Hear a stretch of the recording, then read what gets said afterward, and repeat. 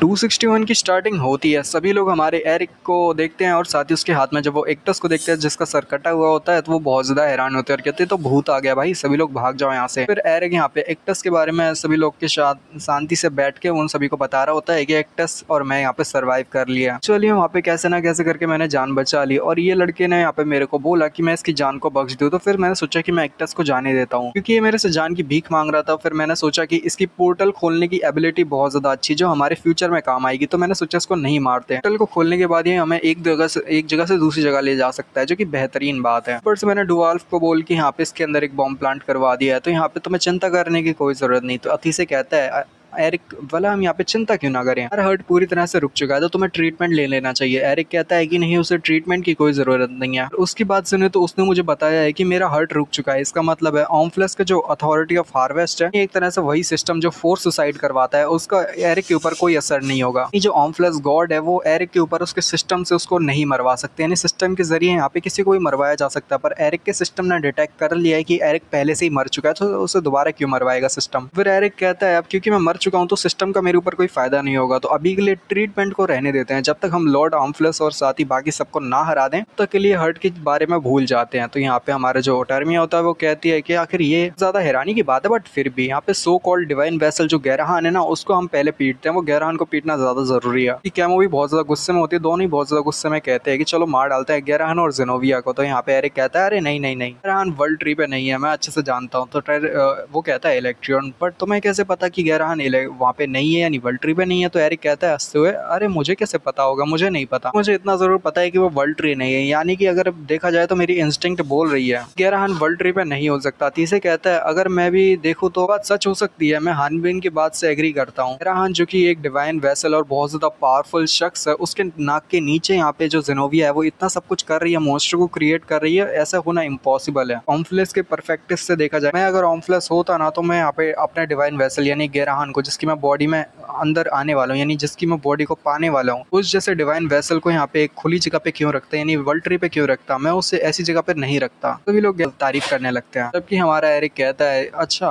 वैसे ये बात तो है, हमें ये नहीं भूलना चाहिए कि हमारा दुश्मन कौन है, वो ऑम्फ्लेस है जो कि गॉड स्कीम बनाता है। अगर हमारे से कोई और भी गड़बड़ हुई तो हमारा जो दुश्मन ऑम्फ्लेस है वो कुछ ना कुछ प्लान बना के यहाँ पे निकल जाएगा और दोबारा से हमला करेगा। तो इस वजह से हमें एक ही बारी में सब चीजों को खत्म करना होगा। सबसे ज्यादा मैटर पावर या कुछ भी नहीं मैटर करता, बस सिर्फ एक चीज मैटर करती है, वो है टाइमिंग। टाइमिंग अच्छी होनी चाहिए। यहाँ पे ऑम्फ्लेस को दूसरा प्लान बनाने का भी मौका नहीं देना चाहिए, हमें जल्दी से सब चीजों को खत्म करना होगा सोलर एक्लिप्स से भी पहले। सोलर एक्लिप्स हो गया उसके बाद हम नहीं रोक पाएंगे लॉर्ड ऑम्फ्लेस को यानी ऑम्फ्लेस को। वो कहती है पर अगर हमें उसका पता ही नहीं कि वो कहाँ पे है तो ये हमारे लिए इम्पॉसिबल होगा। तो एरिक कहता है कि बस मेरे पे भरोसा करो, मैं सारी चीजें संभाल लूंगा, रेहान का ख्याल तो मैं रखूंगा। तो हमारा इलेक्ट्रियन कहता है कि ये तुम्हारी इंस्टिंक्ट बोल रही है। तो टर्मिया कहती है सुनने में ही काफी ज्यादा मजेदार है, आखिर में तुम यहाँ पे गैराहान से फाइट करने वाले हो, ये तो बिल्कुल ही अनबिलीवेबल है। वो पीछे से कह रही होती है कि अगर तुमने अपने कंट्रोल को खो दिया फिर तो हम भी मारे जाएंगे। जबकि हमारा अति से एरिक की तरफ देख रहा होता है और साथ ही सोच रहा होता है मैं जब किंग बना तो मुझे लगा था कि मैं वाकई में किंग बन चुका हूँ। यहाँ पे ना दो लोग बातें करेंगे, जबकि हमारा जो एरिक है वो बैकग्राउंड में बातें कर रहा है, जबकि हमारा अति से अपने मन में बातें कर रहा है। पहले अति से बोलता है जब किंग बना था तो मुझे लगा था कि मेरे लिए मुश्किल होगा एक किंग बनना, क्योंकि किंग की जिम्मेदारी बहुत बड़ी होती है। कि पीछे जो हमारा एरिक है वो सभी लोगों से कह रहा होता है बैकग्राउंड में मेरा प्लान कुछ ऐसा है कि हम यहाँ से अपर ड्रैकोनियम से बहुत सारे ड्रैगन को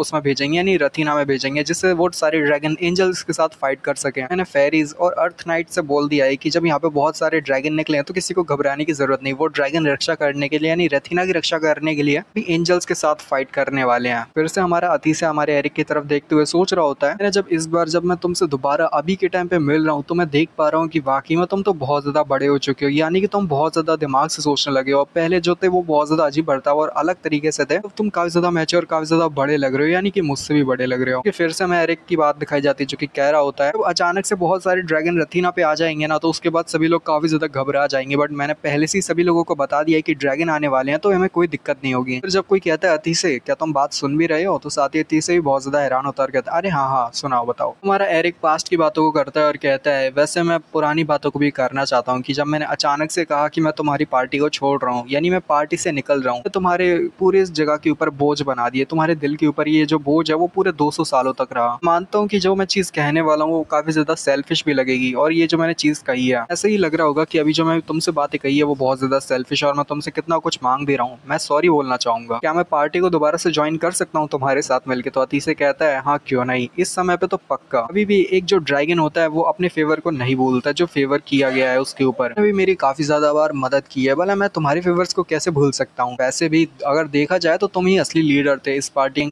और वैसे भी मैं तुम्हें मना कैसे कर सकता हूँ? Rio Hanbin the other world sword king, हमारा एरिक जो स्वॉर्ड किंग है वो भी कहता है अरे थैंक यू। तो उसके साथ वो दोनों ही यहाँ पे हाथ को टकराते हैं, मिलाते हैं मतलब। ट्रियोन कहता है कि आपकी सारी तैयारी हो चुकी है, आप यहाँ पे स्पीच दे सकते हो। तो यहाँ पे हमारा जो अतीस है वो स्पीच देने वाला है सभी ड्रैगन्स को, जिससे वो सभी ड्रैगन्स मिल के रथीना के जितने भी एंजल रथीना के ऊपर मंडरा रहे हैं उनके साथ सारे ड्रैगन्स फाइट कर सके। तो अतीसे जब स्पीच देगा तो यहाँ पे दो सीन दिखाए जाएंगे, रथीना के और साथ ही अतीसे की स्पीच के। अतीसे यहाँ पे बोल रहा होता है कि सभी ड्रैगन्स ने बहुत ज्यादा सफर किया है, मैं जानता हूँ, भले यहाँ पे ह्यूमंस अच्छे हो या बुरे, हम एज अ लिविंग वेपन है जो कि यहाँ पे सभी चीजों को फेस करते हैं, यानी कि हमें ये फेस करना ही होगा। हमारी ड्यूटी भी हमको नहीं भूलनी चाहिए कि हमको रथीना को प्रोटेक्ट करना है, भले ही कुछ भी हो, यहाँ पे कितने भी लोग मारे जाए, कुछ भी हो जाए, बट रथीना को प्रोटेक्ट करना ही ड्यूटी है। ये हमारी रिस्पॉन्सिबिलिटी बनती है हम सभी लोगों की। यहाँ पे किसी भी हैप्पी लाइफ को बर्बाद करने की यहाँ पे जरूरत नहीं है, हमें बस यहाँ पे फाइट करनी है, और मेरा काम भी यही है कि मैं यहाँ पे फाइट करूँ। तो अपने पूरी दुनिया पे ये ड्रीम्स को फैलाना है कि कैसे ड्रैगन्स और इंसान साथ मिलकर रह सकते हैं। बस मैं ये ड्रीम को फैलाना चाहता हूँ पूरी इस दुनिया पे, इस वजह से मैं तैयार हूँ, और मेरे साथ तुम सभी लोग भी तैयार हो जाओ। कि ऐसा नहीं है कि मैं सब काम को अकेले कर पाऊंगा, ये इम्पॉसिबल है, ये ड्यूटी मेरे लिए करना इम्पॉसिबल है। सभी ड्रैगन की प्राइड के साथ मैं यहाँ पे लड़ सकता हूँ। यकीन है कि तुम सभी लोग मिलकर ये काम को जरूर से आसानी के साथ पूरा करवा सकते हो, और यहाँ पे इस काम में मेरा साथ भी दे सकते हो। तो मैं यहाँ पे पूछूंगा, तुम सभी लोग एक बड़ी जंग को लड़ने के लिए तैयार हो? क्या तुम मेरे साथ लड़ने के लिए तैयार हो इस पूरी रथीना की जंग को? उस रथीना को पुराने रथीना जैसा नहीं बनाना चाहता, जहाँ पे हर वक्त यहाँ पे ड्रैगन्स जो थे वो डर के रहा करते थे। ऐसे रथीना के लिए जहाँ पे जो ड्रैगन्स है वो साथ मिलकर रह सके, और एक ऐसी जगह पे जहाँ पे ड्रैगन आसानी के साथ अपने पंख को फैला सके। वो सभी कमीने दुश्मन को रथीना से बाहर निकालने के लिए जो यहाँ पे हमेशा हमारे जैसे लोगों पे कर्ज फैलाते हैं, जैसे कमीनों को नहीं छोड़ेंगे जिन्होंने हमारे जैसे ड्रैगन्स के साथ ऐसा सब कुछ किया है। असली मतलब जो कि ड्रैगन का होता है, और यहाँ पे उनको दिखाने के लिए कि ड्रैगन आखिर होता क्या है, हम उनको जरूर दिखाएंगे कि ड्रैगन क्या चीज है। बस ज़ेनोबिया की चड्डी फट जाती है और वो यहाँ पे कह रही होती है कि ये कैसे हो सकता है? नहीं, तुम्हारी फ्लेम, ये फ्लेम तो प्योर फ्लेम है, बट ये तो ड्रैगन किंग की ब्रेथ है। कॉल्ड्रॉन को तो हमने मार दिया था, तो कॉल्ड्रॉन की फ्लेम ये कैसे आ सकती है? ये नहीं हो सकता, ये कॉल्ड्रॉन का डिसेंडेंट है या फिर क्या है? ये जो भी है वो बहुत ज्यादा पावरफुल है, और इसके पास कॉल्ड्रॉन की वही प्योर फ्लेम है जो कि ड्रैगन ब्रेथ होती है। ड्रैगन ब्रेथ ही है जो कि इस वर्ल्ड ट्री को भी आधे से ज्यादा जला सकती है। कॉल्ड्रॉन की ब्लड लाइन, क्या ये कॉल्ड्रॉन का बेटा है? एक्टस से कहती है, एक्टस कमीने कहीं के, तुमने इसको यहाँ पे लाके बहुत बड़ी गलती कर दी, तू तो मरेगा कमीने। जब ऑम्फ्लेस को पता चलेगा तब तो तेरी जान जाएगी, तू मर जाएगा। ऑम्फ्लेस को पता चलने के बाद तो देख ऑम्फ्लेस तेरी जान ले लेगा। तो यहाँ पे एक्टस भी कहता है, तू है कमीनी कुतिया, तेरे को क्या लगता है कि तू भी यहाँ पे आसानी के साथ बच जाएगी? नहीं, ऑम्फ्लेस को जब पता चलेगा कि तेरे सारे प्लान बर्बाद हो गए, तेरे को कहा जाता था तू यहाँ पे नॉलेजेबल थी, क्या लगता है ऑम्फ्लेस तेरे को आसानी के साथ जाने देंगे? उनकी सालों की मेहनत तूने बर्बाद करके रख दी, जो उन्होंने प्लान बनाए वो सब तेरे ऊपर थे, सभी को प्लान को सभी को तूने बर्बाद कर दिया। तो ऑम्फ्लेस तेरे को भी इतनी आसानी से जाने नहीं देंगे जब उन्हें पता चलेगा। तो जिम्मेदारी दी गई थी कि उस डिफेक्टिव प्रोडक्ट को तुझे को यहाँ पे बर्बाद करना था, उसे मार डालना था, बट जरा देख तूने उस डिफेक्ट प्रोडक्ट को जाने दिया। कहता है तुम किसको डिफेक्ट कह रहे हो? मैं,